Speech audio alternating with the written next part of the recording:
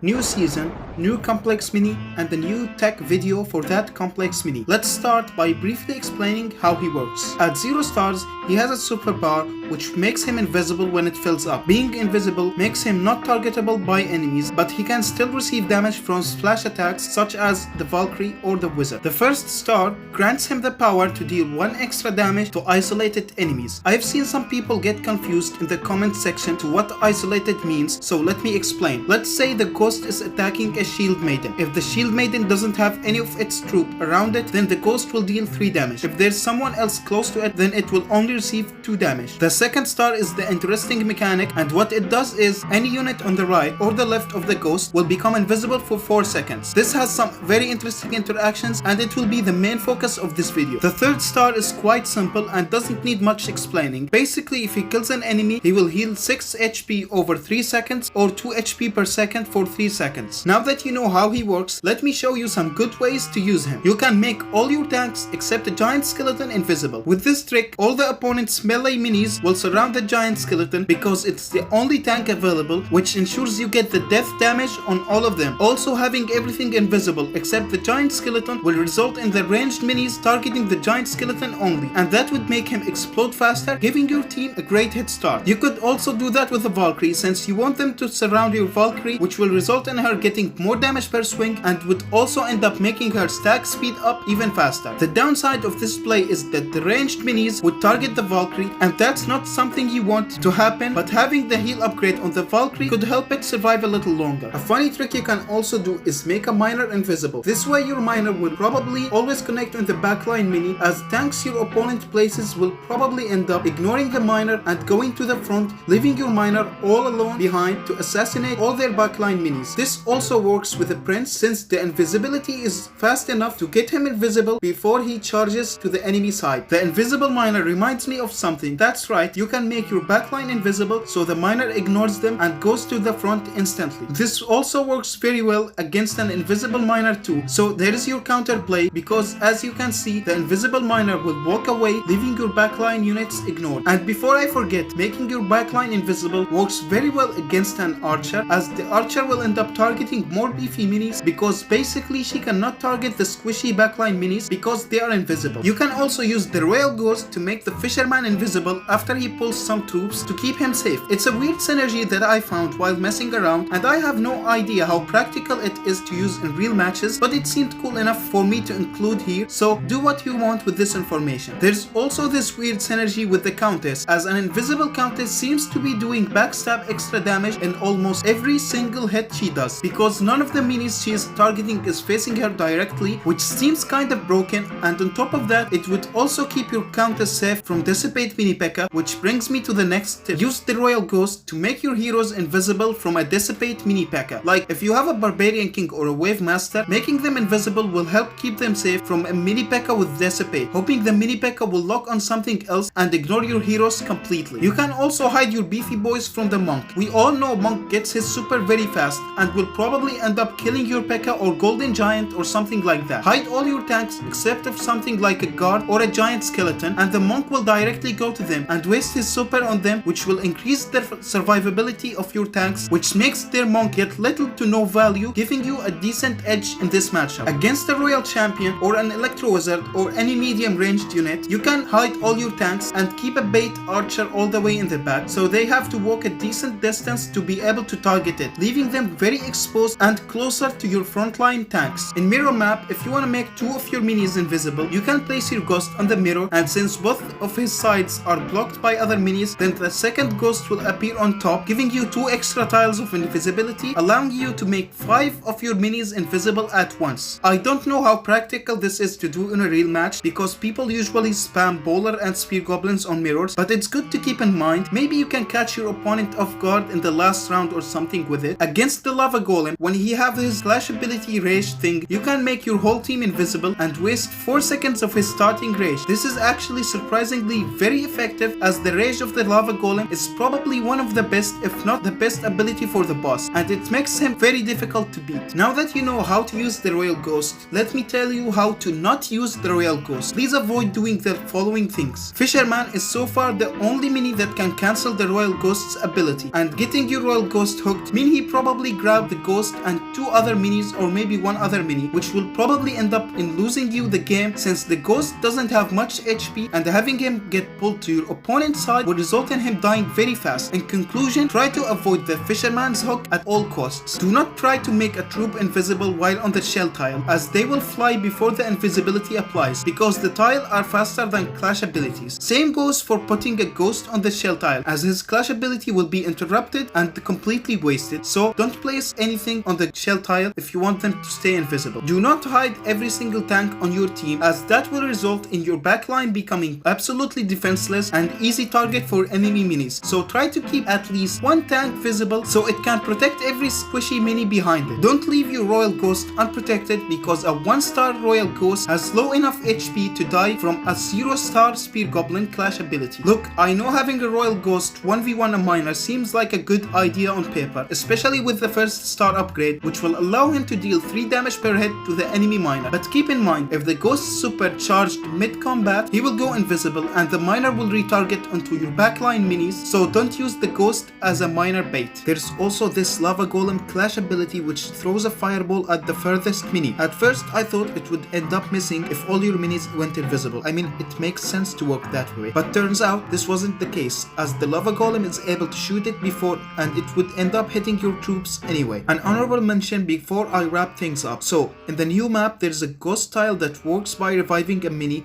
placed on it with 6 HP, which makes this tile very good with squishy minis like Archer or Guard, as they revive with full HP. Now the Royal Ghost is very squishy, so putting him on this tile can be very beneficial due to few reasons. First of all, he will revive with full HP if you have him at 2 stars or less. Second of all, when he dies, there is a few seconds of delay before he revives, which makes the enemy minis target someone else instead of the Ghost, hence increasing the chance of him surviving longer. Last but not least, the super bar of the Royal Ghost, or really any revived minis, doesn't reset, and I think you can see where I'm going with this. That's right, the Ghost will probably go invisible right after it revives, making him survive for longer. All in all, I feel like the Royal Ghost is more on the weak side. Not that I don't like him, but I feel like he's a little underwhelming. But I like the concept and I love the outplay potential of his 2nd star. However, I still strongly stand by the fact that he needs a buff. I'd even argue that making him 2 elixirs probably not gonna make him broken or anything. He would probably be balanced that way. Now that's all I got for today. I hope you found those tips very helpful,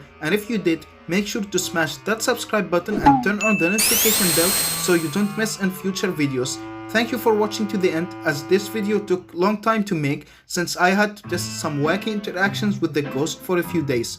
Oh, you're still watching till now. Welcome to my end screen. This button over here is for those who want to subscribe. This one over there is another one of my amazing videos that YouTube thinks you might be interested in. Thank you for watching, and I'll see you in the next video.